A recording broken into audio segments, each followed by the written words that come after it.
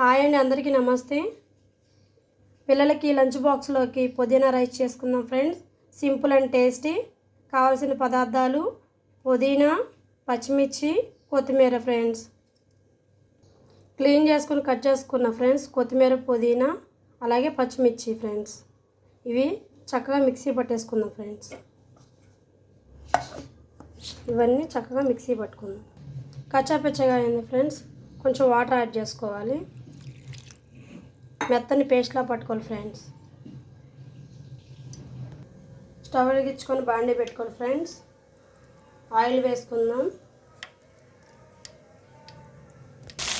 Mixie పట్టుకున్న పుదీనా, కొత్తిమీర, పచ్చిమిర్చి ఫ్రెండ్స్ ఆ పేస్ట్ని ఆయిల్లో వేయాలి. ఆయిల్లో ఫ్రై అవనిద్దాం చక్కగా.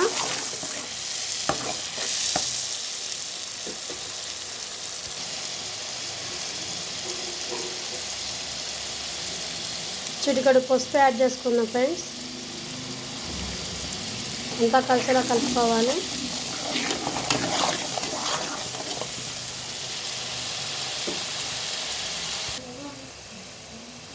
అల్లం వెల్లుల్లి పేస్ట్ వేసుకుందాం ఫ్రెండ్స్, 1 టీ స్పూన్.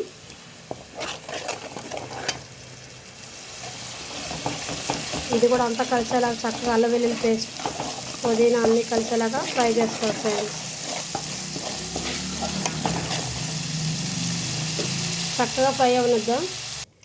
ఉడికించిన రైస్ ఫ్రెండ్స్ ఇలా బౌల్లో తీసుకొని ఉంచుకోవాలి. పుదీనా, అల్లం వెల్లుల్లి పేస్ట్ అంతా ఫ్రై అయింది కదా ఫ్రెండ్స్. ఇప్పుడు యాడ్ చేసుకుందాం రైస్. చక్కగా పుదీనా ఫ్లేవర్ రైస్కి పట్టేలాగా కలుపుకోవాలి ఫ్రెండ్స్. పిల్లలు ఇష్టంగా తింటారు, కారంగా ఉండదు, టేస్ట్ బాగుంటుంది ఫ్రెండ్స్. లంచ్ బాక్స్లోకి సింపుల్గా ఉంటుంది, టేస్ట్ బాగుంటుంది. బాక్స్ ఖాళీ వచ్చింది ఫ్రెండ్స్. ఖాళీ బాక్స్తో వస్తారు మీ పిల్లలు. ఖచ్చితంగా ట్రై చేయండి ఫ్రెండ్స్.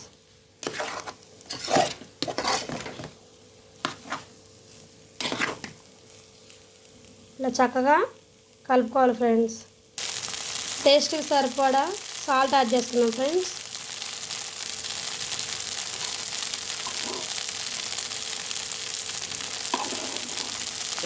చక్కగా అంతా కలిసేలా కలుపుకోవాలి ఫ్రెండ్స్. సాల్ట్ రైస్కి అంత పట్టేలాగా కలుపుకోవాలి. నేను ఇంట్లో ప్రిపేర్ చేసుకున్న ధనియాల పౌడర్ యాడ్ చేసుకున్నా ఫ్రెండ్స్.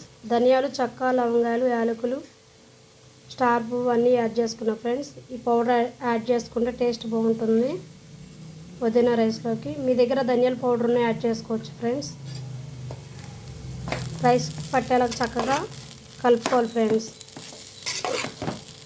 మంచి స్మెల్ వస్తుంది ఫ్రెండ్స్.